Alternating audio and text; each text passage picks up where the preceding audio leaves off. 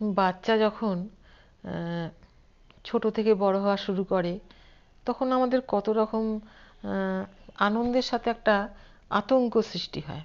যখন প্রাইমারি থেকে হাই স্কুলে উঠলো তখন কি হলো, সে পেন্সিল ছেড়ে পেন ধরলো, একটা যেন টক করে মুখের মধ্যে মানে বুকে বাজে, বড় হয়ে যাচ্ছে আর পেন্সিল দিয়ে লিখবে না, একটু একটু করে বড় হচ্ছে, একটু একটু করে বড় হচ্ছে। সে যখন 12 পাস করলো বাড়ি থেকে চলে গেল হস্টেলে পড়বার জন্য, উচ্চশিক্ষা নেওয়ার জন্য, বা যাই হোক বাড়ির মধ্যেই থেকে কোনো কলেজে পড়ছে। তখন আস্তে আস্তে সেই ধপ করে এসে পিছন থেকে জড়িয়ে ধরা, মা বলে ডাকা আস্তে আস্তে কমতেই থাকে। কি রে আজকে খাবি না? না আজকে মা একটু বন্ধুদের সাথে খেয়েছি। আস্তে আস্তে এইভাবে মায়ের কাছ থেকে বাচ্চা সরে যায়।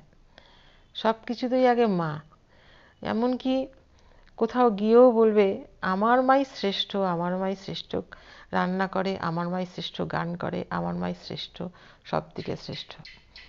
তো এই যে মা মা করা, এটা আস্তে আস্তে কিন্তু ছেলে মেয়েদের কাছ থেকে আর পাওয়া যায় না। যত বড় হয়, বড় হোক সে তো সবাই চায়, কিন্তু আস্তে আস্তে একটা বেদনার যেন একটা সুরও বুকে বাজতে থাকে যে ছেলেটা বড় হচ্ছে, আমার বেড়াজালের মধ্যে কিন্তু আর সে থাকছে না। আস্তে আস্তে সে বড় হচ্ছে ঠিকই, সেই যে একটা মা মা ব্যাপার, যত ওইদিকে বন্ধু বান্ধব বাড়ছে তত যেন মায়ের প্রতি তার যে মা কি বলবে, মায়ের কাছে গিয়ে বসি একটু, মা বলে ডাকি, মা এটা খাবো না, মা ওটা করে দাও, আস্তে আস্তে কমে যায়।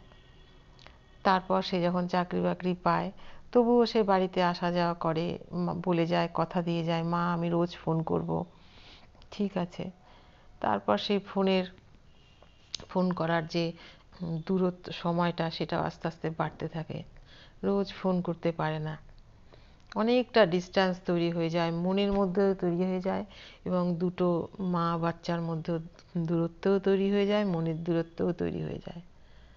তখনই আমরা বুঝতে পারি সত্যিকারের যে একটা সন্তানের থেকে যতই কর্তব্যে থাকুক মা, কিন্তু মা সন্তানের থেকে অনেকটাই দূরে সরে যায়।